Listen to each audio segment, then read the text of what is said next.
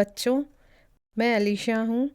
Euclid की ज्यामिति की आकर्षक दुनिया में आपका स्वागत है। क्या आपने कभी सोचा है कि आकृतियों और आकृतियों को कैसे परिभाषित और अध्ययन किया जाता है? इस पाठ में हम यूक्लिड की अभिधारणाओं और स्वयंसिद्धों के बारे में जानेंगे, जो तर्क और ज्यामितीय आकृतियों के निर्माण के लिए मौलिक नियम प्रदान करते हैं। हम यह पता लगाएंगे कि ये सिद्धांत बिंदुओं, रेखाओं और कोणों के गुणों को परिभाषित करने और समझने में हमारी मदद कैसे करते हैं। सीखने के परिणाम। इस पाठ के अंत तक आप निम्न में सक्षम होंगे: यूक्लिड की ज्यामिति की मूलभूत अवधारणाओं को समझें, जिसमें बिंदु, रेखाएं और विमान शामिल है। समस्या समाधान में यूक्लिडियन ज्यामिति की अभिधारणाओं एवं अभिगृहीतों को पहचानकर उनका उपयोग कर सकेंगे। समतल ज्यामिति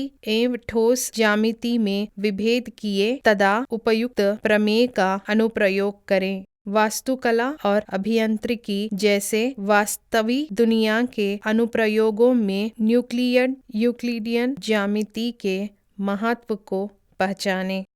खोज शब्दों। यूक्लिड की ज्यामिति।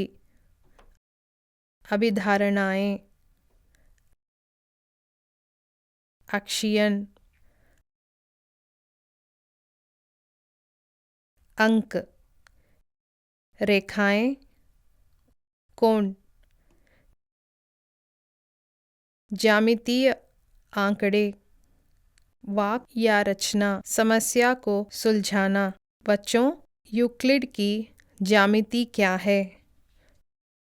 यूक्लिड की ज्यामिति को ज्यामिति के पिता यानी यूक्लिड द्वारा पेश किया गया था और इसे यूक्लिडियन ज्यामिति भी कहा जाता है। ज्यामिति की उत्पत्ति भूमि को मापने की आवश्यकता से हुई है। मिस्र, बेबीलोनिया, भारत आदि जैसी हर प्राचीन सभ्यता में विभिन्न रूपों में इसका अध्ययन किया गया। यूक्लिड ने विशेष रूप से ठोस आकृतियों के आकार और स्थिति और उनसे जुड़े विभिन्न शब्दों जैसे सतह, सीधी या घुमावदार रेखाओं, बिंदुओं आदि के बारे में बात की। ठोस आकृतियों के बारे में उनके कुछ मूल सिद्धांत है। एक बिंदु का कोई भाग नहीं होता। एक रेखा एक चौड़ाई कम लंबाई है। एक रेखा के सिरे बिंदु होते हैं। एक सीधी रेखा एक ऐसी रेखा है जो अपने आप में बिंदुओं के साथ समान रूप से स्थित होती है। एक सतह की केवल लंबाई और चौड़ाई होती है। एक सतह के किनारे रेखाएं होती हैं।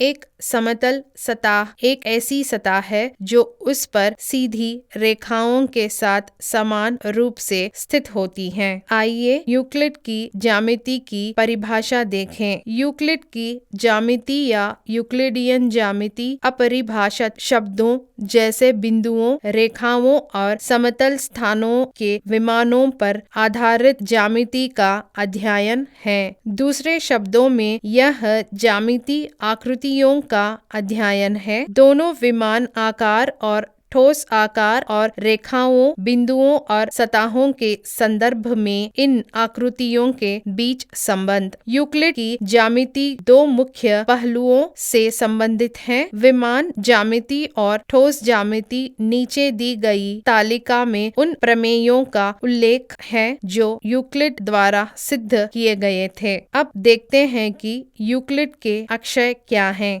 यूक्लिड के स्वयं सिद्ध या सामान्य धारणाएं स्पष्ट सार्वभौमिक सत्य की धारणाएं हैं जिन्हें सिद्ध नहीं किया गया है, लेकिन अपनी पुस्तक एलिमेंटस में यूक्लिड ने ज्यामितीय आकृतियों से संबंधित कुछ स्वयं सिद्ध या सामान्य धारणाएं लिखी। आइए एक नजर डालते हैं। स्वयं सिद्ध एक, जो चीजें एक ही चीज के बराबर हैं वे एक दूसरे के बराबर हैं। मान लीजिए कि एक आयत का क्षेत्रफल ये त्रिभुज के क्षेत्रफल के बराबर है और उस त्रिभुज का क्षेत्रफल एक वर्ग है। क्षेत्रफल के बराबर है।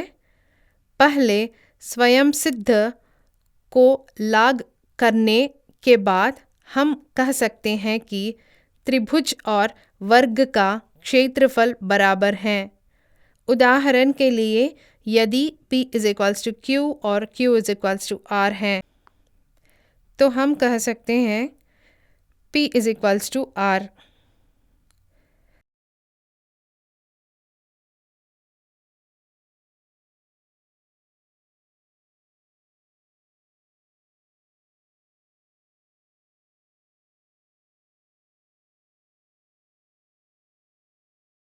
स्वयं सिद्ध 2 यदि बराबरों को बराबरों में जोड़ा जाता है तो पूरे बराबर होते हैं। आइए रेखाखंड AB को देखें जहां AP = QB। जब PQ को दोनों तरफ जोड़ा जाता है तो स्वयं सिद्ध 2 के अनुसार AP + PQ = QB + PQ आर्यत AQ = PB।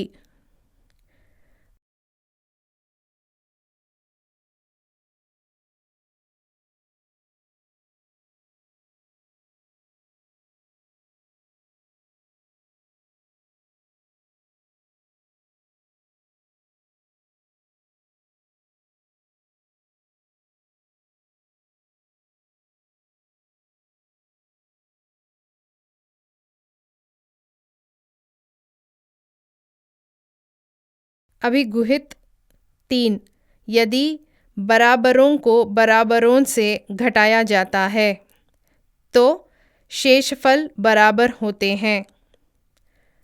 आयतों ABCD और PQRS पर विचार करें जहां क्षेत्रफल बराबर हैं। यदि त्रिभुज XYZ को दोनों आयतों से हटा दिया जाता है तो अभी गुहित 3 के अनुसार दोनों त्रिभुजों के शेष भागों का क्षेत्रफल बराबर होता है।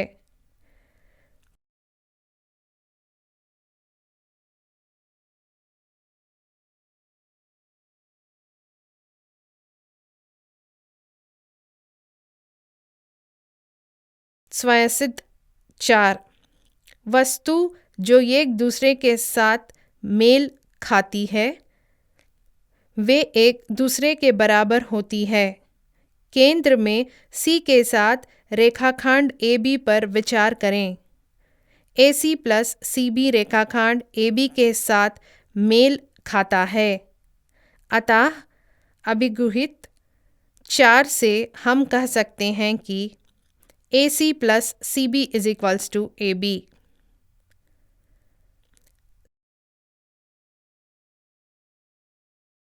स्वयं सिद्ध 5 संपूर्ण भाग से बड़ा है। उपरोक्त आकृति का उपयोग करते हुए AC AB का एक हिस्सा है। इस प्रकार स्वयं सिद्ध 5 के अनुसार हम कह सकते हैं कि AB = AC।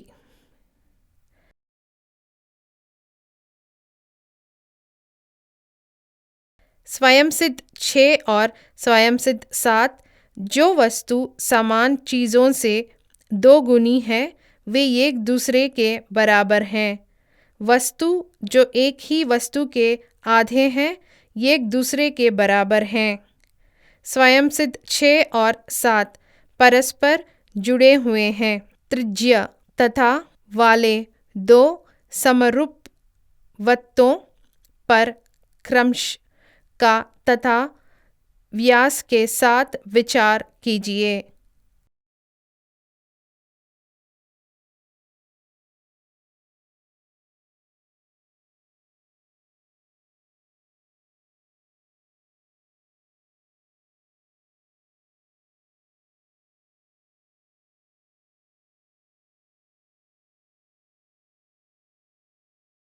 क्योंकि वृत्त समान है दोनों स्वयं सिद्ध 6 और 7 का R1 = R2 और D1 = D2। अब हम अध्ययन करते हैं यूक्लिड की अभिधारणा। यूक्लिड की अभिधारणा पर चर्चा करने के लिए कुछ शब्द हैं जिनसे हमें परिचित होने की आवश्यकता है। यूक्लिड ठोस से बिंदुओं तक 3 चरण की प्रक्रिया के बारे में बात करता है, जो ठोस सतह रेखा बिंदु है। प्रत्येक चरण में आकृति से एक आयाम खो जाता है, इसलिए एक ठोस एक 3D आकार है, एक सतह एक 2D आकार है, एक रेखा एक आयाम आकार है और बिंदु आयाम है। ये शब्द अभिधारणा को बेहतर ढंग से समझने में मदद करेंगे। यूक्लिड की अभिधारणा में से 5 है। आइए एक नजर डालते हैं। अभिधारणा 1, किन्हीं 2 बिंदुओं के लिए एक सरल रेखाखंड खींचा जा सकता है। यह अभिधारणा हमें दर्शाती है कि कम से कम एक सीधी रेखा 2 अलग-अलग बिंदुओं से होकर गुजरती है, लेकिन यह नहीं कहती कि ऐसी एक ही अधिक रेखाएं नहीं है सकती। नीचे दिए गए रेखा को देखें। केवल एक रेखा P और Q से होकर गुजरती है, जो PQ है, जो क्रमशः Q और P दोनों से होकर गुजरती है। अभिधारणा 2, एक रेखा खंड को एक रेखा बनाने के लिए किसी भी दिशा में बढ़ाया जा सकता है। एक रेखा खंड को किसी भी दिशा में बढ़ाया जा सकता है ताकि एक रेखा बनाई जा सके। दूसरी अभिधारणा है।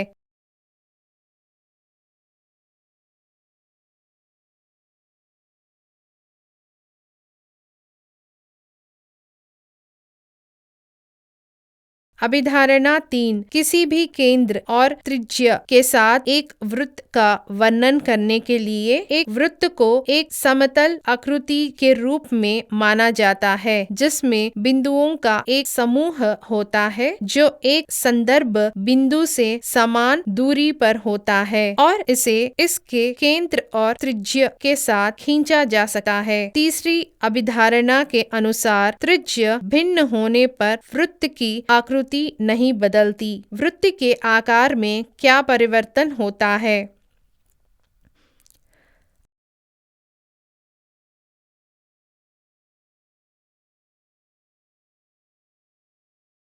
अभिधारण 4, सभी समकोण एक दूसरे के बराबर है। उनकी बाहों की लंबाई के बावजूद ठीक 90 डिग्री पर एक समकोण माप। इसलिए अभिधारणा 4 के अनुसार सभी समकोण एक दूसरे के बराबर हैं। यह केवल समकोण त्रिभुजों के लिए अच्छा है, न कि तीव्र कोण त्रिकोण या ऑप्टिक कोण त्रिकोण के लिए। अभिधारणा 5, यदि 2 रेखाओं को 1/3 द्वारा इस तरह से प्रतिच्छेद किया जाता है कि एक तरफ के आंतरिक कोणों का योग 2 समकोण से कम है, तो अनिश्चित काल तक उत्पन्न होने पर 2 रेखाएं उस तरफ एक दूसरे को प्रतिच्छेद करेंगी। जब तीसरी रेखा द्वारा 2 रेखाएं काटी जाती है, यदि आंतरिक कोणों का योग 180 डिग्री से कम है, तो उस ओर विस्तरित होने पर 2 रेखाएं मिलेंगी।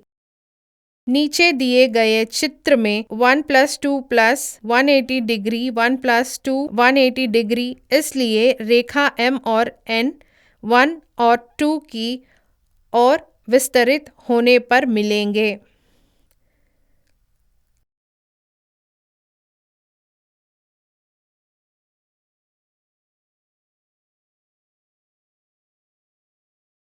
गैर यूक्लिडियन ज्यामिति ज्यामिति की एक शाखा है जिसे गैर यूक्लिडियन ज्यामिति के रूप में जाना जाता है। मूल रूप से यह वह सब कुछ है जो यूक्लिडियन ज्यामिति के अंतर्गत नहीं आता है। हालांकि यह आमतौर पर गोलाकार ज्यामिति और हाइपरबोलिक ज्यामिति का वर्णन करने के लिए उपयोग किया जाता है, क्योंकि गोलाकार ज्यामिति गैर यूक्लिडियन यूक्लिडियन ज्यामिति के अंतर्गत आती है, इसलिए इसे यूक्लिडियन या यूक्लिड की ज्यामिति या मूलभूत ज्यामिति में बदलने के लिए हमें वास्तविक दूरी, बिंदुओं का स्यान, क्षेत्रों का क्षेत्रफल और वास्तविक कोण बदलने की आवश्यकता होती है। याद रखने योग्य बातें: यूक्लिड की ज्यामिति अपरिभाषित शब्दों, स्वयंसिद्धों और अभिधारणाओं पर आधारित है। यूक्लिड के स्वयंसिद्ध